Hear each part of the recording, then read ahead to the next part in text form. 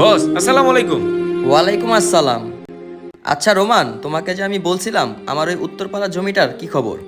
বস, উত্তরপাড়ার জমিটার অবস্থা খুবই খারাপ। ওই কৃষক তার জমি কোনো পরিস্থিতিতে দিতে চাইতেছে না। কি? ওই কৃষকের জমি দিব না মানে?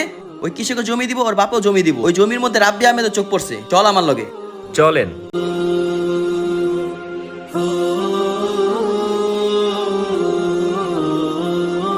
আরে শোন ভাই কৃষক, তোর এই জমির মধ্যে রাব্বি আহমেদের চোখ পড়ছে। এই জমি 3 দিনের মধ্যে খালি চাই, বুঝছস? চল। শোন, 3 দিনের মধ্যে যদি জমি খালি না করে তাহলে পরেরটা পরে দেখতাছি। ঠিক আছে। হায় আল্লাহ, এখন আমার কি হইব? এই জমি বেচে আমি আমার বোনরে বিয়া দিতে হইব। বস, আজকে তো 3 দিন শেষ, যাইতেছেন তো কৃষকের কাছে জমির আশায়। জমি যদি না দেয়?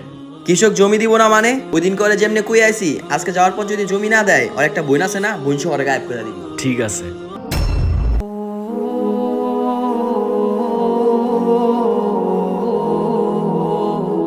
হে আল্লাহ, তোমার কাছে বিচার দিলাম আল্লাহ, আমার এই জমিটা বেচছে আমার বোনরে বিয়া দিতে হইব। এখন নাকি এই জমিটা বড় সাহেব দখল করব। আমার এটা ছাড়া আর কিছু নাই আল্লাহ, এই বিচার তোমার হাতে তুলে দিলাম আল্লাহ। আমিন। ভাই কৃষক শোনো, সাহেব, এই জমিটা ছাড়া আমার আর কিছু নাই। এই জমিটা বেচছে আমার বোনরে বিয়া দিতে হইব। আপনি আমার জমিটা নিয়েন না।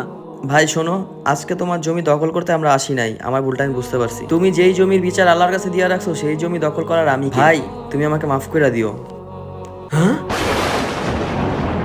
হে আল্লাহ, তোমার কাছে হাজারো শুকরিয়া। ভিডিওটি যদি ভালো লাগে অবশ্যই কমেন্ট বক্সে মাশাআল্লাহ লিখবেন।